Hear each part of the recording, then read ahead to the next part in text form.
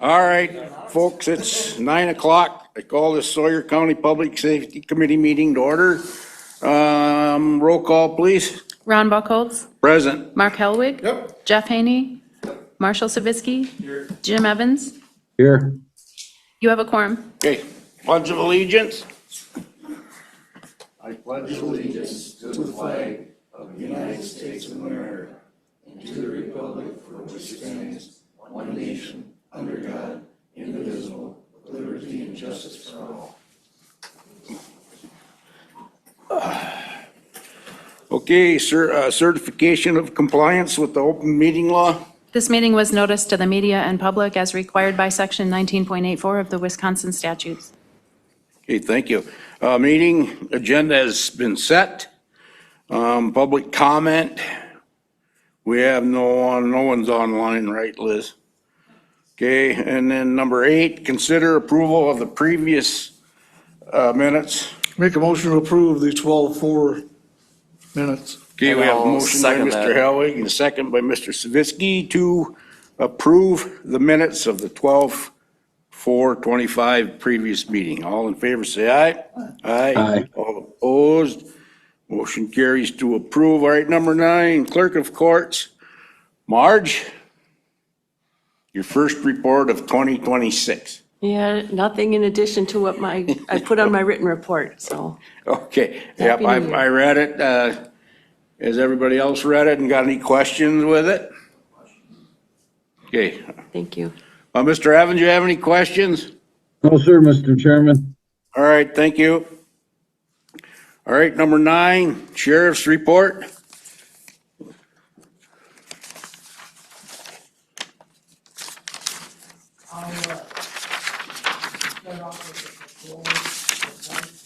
Okay, First thing I'm gonna mention is with us today is our new chief, Brian Dale, who's going to take over for Chief Sedaris after his retirement. Chief Sedaris' last day is the 10th, Saturday, so next Friday will be his actually last working day, and then Detective Dale will take over as our new chief deputy on Sunday, officially. okay, good deal. Speaking of detective, is there going to be someone replacing him in that spot? We're gonna post internally, by union contract. It's gotta be done internally there at least first, if anybody's interested and go through the process there. So next week, first thing, we're gonna do the postings, and realistically, it's probably gonna be a trickle effect there as people transition positions, and then probably leave a patrol deputy spot or a court officer position there, either one. Well, congratulations, chief. On the patrol side, there is an attached report there. Just gonna highlight, crashes obviously were up in December from the previous months, without question, due to our weather conditions and other factors have a lot to do with it there. I think we ended up with 3 fatalities for the year here, so everything else is, for the most part, pretty consistent there. And there's a notation in there about Paige Wooler taking over for evidence technician. Charlie Logan transitioned to rec deputy, so that change took place.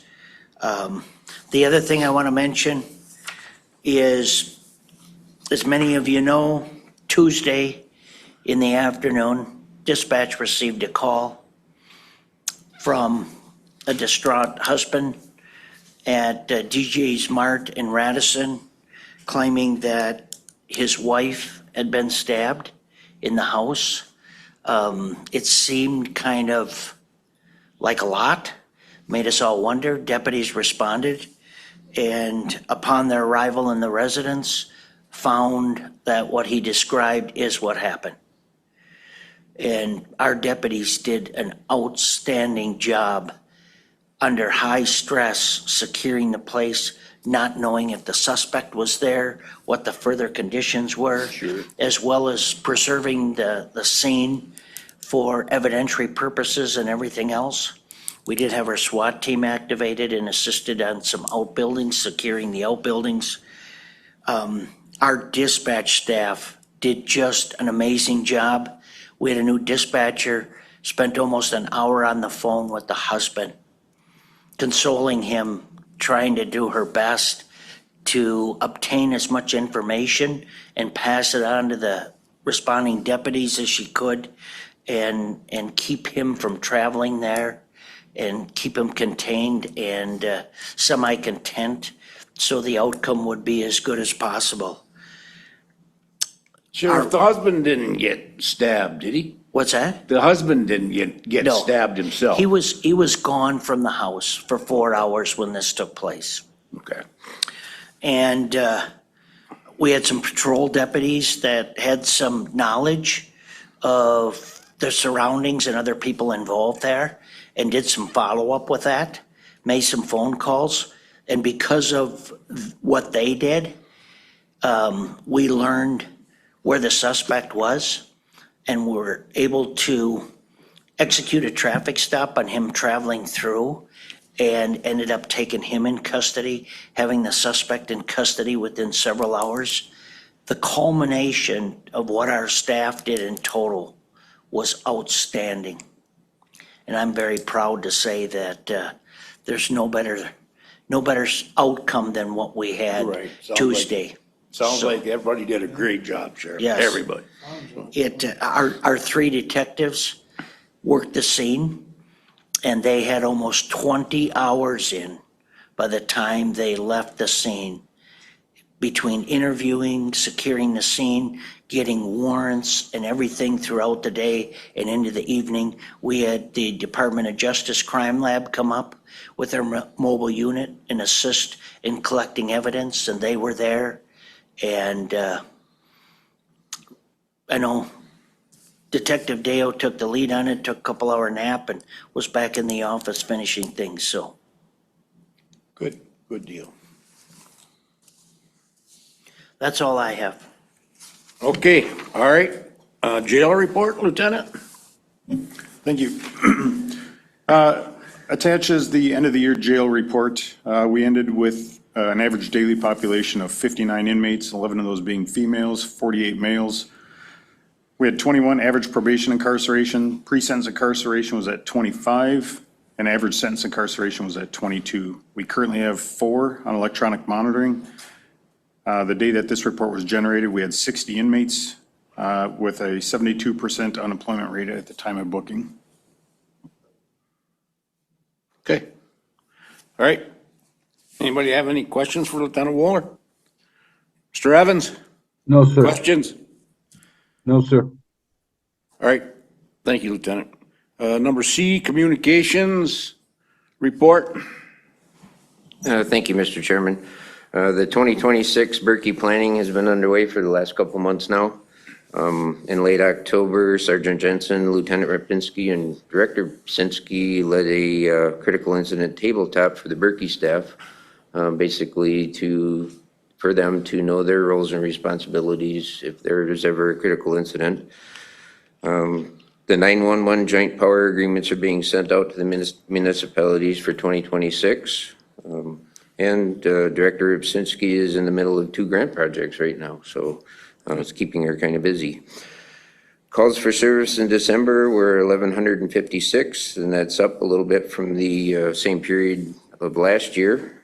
Our total number of calls for service for 2025, and this is from the report of 2023 of 25, or 12/23 of 25, was 17,276. And in the month of December, the dispatch center received 2,814 calls. Okay. Great. Anybody have any questions? Mr. Evans, any questions? No, sir. All right, thank you, Chief. And that was also the emergency management report. So we'll go on to code enforcement. And then you're up. Thank you. So I'll start with the typical report here. As of the 23rd, the revenue for animal control was lower compared to last year, but it has increased since last month as dog sales is in full swing here. Admissions to the pound was low, with the majority of them being reclaimed by their owners. And we're also finishing up the permits that I issue for grooming, breeding, boarding, that kind of stuff. So we're getting those finished up for renewals. For calls, our animal at large calls was the top complaint. Otherwise, the call volume throughout the month was pretty low compared to previous months. And then for code enforcement, like the public health side, no tourist rooming house complaints this last month. And then we are still trying to work out one of the human health hazards down in Radisson that we've been dealing with. Otherwise, I know I was informed that you guys kind of wanted more breakdown of the jobs and calls I get. So I Yes. included that kind of report as well. I did a more in-depth one for dog at large complaints, just because those are the calls that we get the most of. And so we get calls from, people call dispatch, people call us, people bring their dogs, the dog they found to us, that kind of stuff.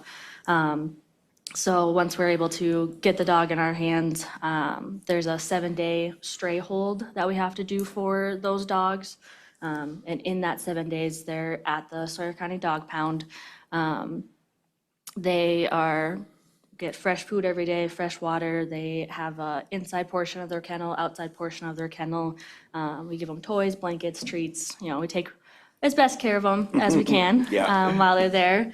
And we also, in that time, are also trying to find the owners.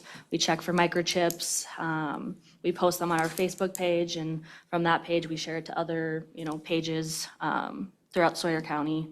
I know the Humane Society, they share our posts.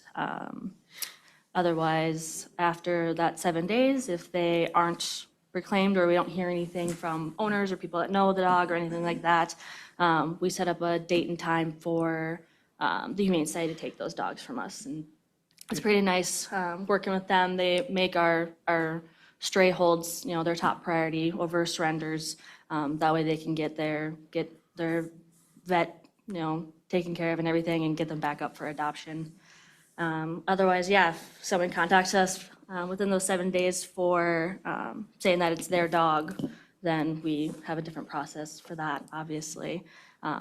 They have to provide up-to-date rabies vaccination. They have to provide proof that they bought a Sawyer County dog tag, and then pay whatever kind of fees that we have.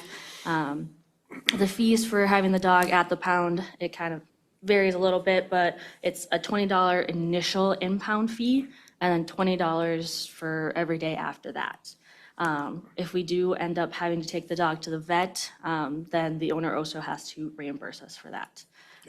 We don't take the dogs to the vet unless it's an absolute emergency. They hit by a car, some sort of injury that we can clearly tell, kind of thing. Otherwise, some of the other complaints that we get, the noise complaints, mostly dogs barking, abuse, neglect, that I'm kind of just looking for, making sure the dog has everything it needs, housing, food, water. It's not, injured or doesn't have, mange or something like that where the person should be taking it to the vet, but it's not. So those are kind of more subjective, I guess, depending on, the situation of the dog, the condition of the dog. If the dog is in serious bad condition, then I'm able to seize the dog and get it the care it needs and everything that way too. Another top complaint that we usually get, or call that we usually get, are dog bites. With those, there's two different things that can happen. If the dog is up to date on its rabies, then it can do a home quarantine. And otherwise, we do have to confiscate the dog and do a quarantine at the pound, which at the pound, we have its own quarantine kennel. So the walls are cement or concrete, so that way it can't interact with other dogs or anything like that. It's kind of on its own. And this quarantine, it's a 10-day quarantine period. And within that 10-day quarantine, the dog has to have limited interaction with other dogs, other people. If it's outside, it has to be on a leash with the owners or whatever. And then within those 10 days, we have to do 3 vet visits. Just to, even if the dog is up to date on its rabies, the vet visits are just to make sure that neurologically it's okay, it doesn't have any diseases, you know, that kind of thing, just to protect the person that got bit and everything. And then after those 10 days, the dog is good and free to go. And if it's at our pound, then we would get reimbursed for the vet visits, and the owner would have to pay the fees for having it stay at the pound. But otherwise, I think that is majorly it, if you guys have any questions. No, I believe, I want to thank you for this. This is very, very good. My one question I do have though, at the pound, do you work that by yourself? I do not. We Okay. have a kennel attendant. She works 5 out of the 7 days. I cover 2 days. And then she works 8 to 11, so the open hours of the pound. Okay. So she's there almost every day besides Tuesday, Wednesday, and that's what I cover for her. Be a lot of work for you if you had to do it by yourself. Yes, Okay. absolutely. All right, thank you. Thank you. Has anybody got any questions? Mark? I'm just curious, as far as abused dogs, you get very many calls on that? For who? Abused dogs? Dogs that are being abused? Abused. Yes, not very often. We do get some, and it's kind of more subjective as well for when I respond. A lot of the times, abuse and neglect calls go hand in hand. So usually there's the visible signs of neglect.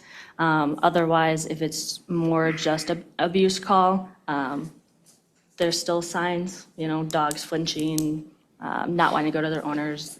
The owners also usually show signs.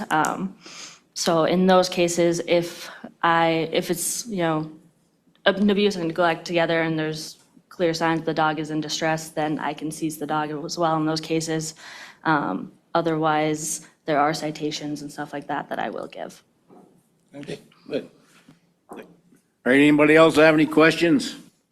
Mr. Evans? No, sir, Mr. Chairman. Okay, all right, thank you, Chad. Good report, thank you.